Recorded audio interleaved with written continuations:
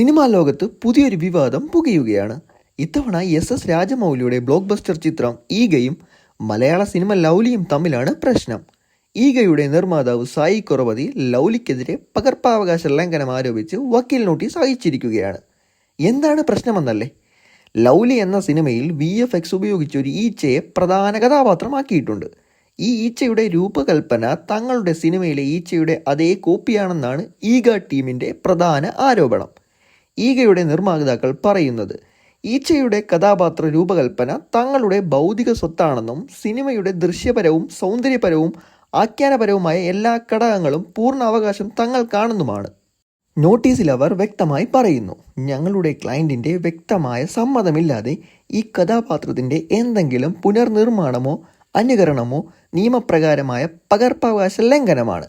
എന്നാൽ ലൗലി സിനിമയുടെ സംവിധായകൻ ദിലീഷ് കരുണാകരൻ ഈ ആരോപണങ്ങളെയെല്ലാം നിഷേധിച്ചിരിക്കുകയാണ്. വിഷയം നിയമപരമായി നേരിടുമെന്നും അദ്ദേഹം അറിയിച്ചു. ഒരു വശത്ത് രാജമൗലിയുടെ ടീം തങ്ങളുടെ അവകാശങ്ങൾ സ്ഥാപിച്ചെടുക്കാൻ ശ്രമിക്കുമ്പോൾ മറുവശത്തും മലയാള സിനിമയുടെ അണിയറ പ്രവർത്തകർ തങ്ങളുടെ നിലപാടിൽ ഉറച്ചു നിൽക്കുന്നു. മലയാള സിനിമയിൽ സമാനതകളില്ലാത്ത ഒരു നിയമ പോരാട്ടത്തിനാണ് ഇത് വഴിയൊരുക്കുന്നത്. ഈ വിഷയത്തിൽ നിങ്ങളുടെ അഭിപ്രായം എന്താണ്?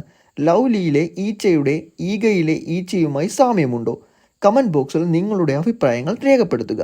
ഏറ്റവും പുതിയ സിനിമാ വാർത്തകൾക്കായി ഞങ്ങളുടെ ചാനൽ സബ്സ്ക്രൈബ് ചെയ്യാൻ മറക്കല്ലേ.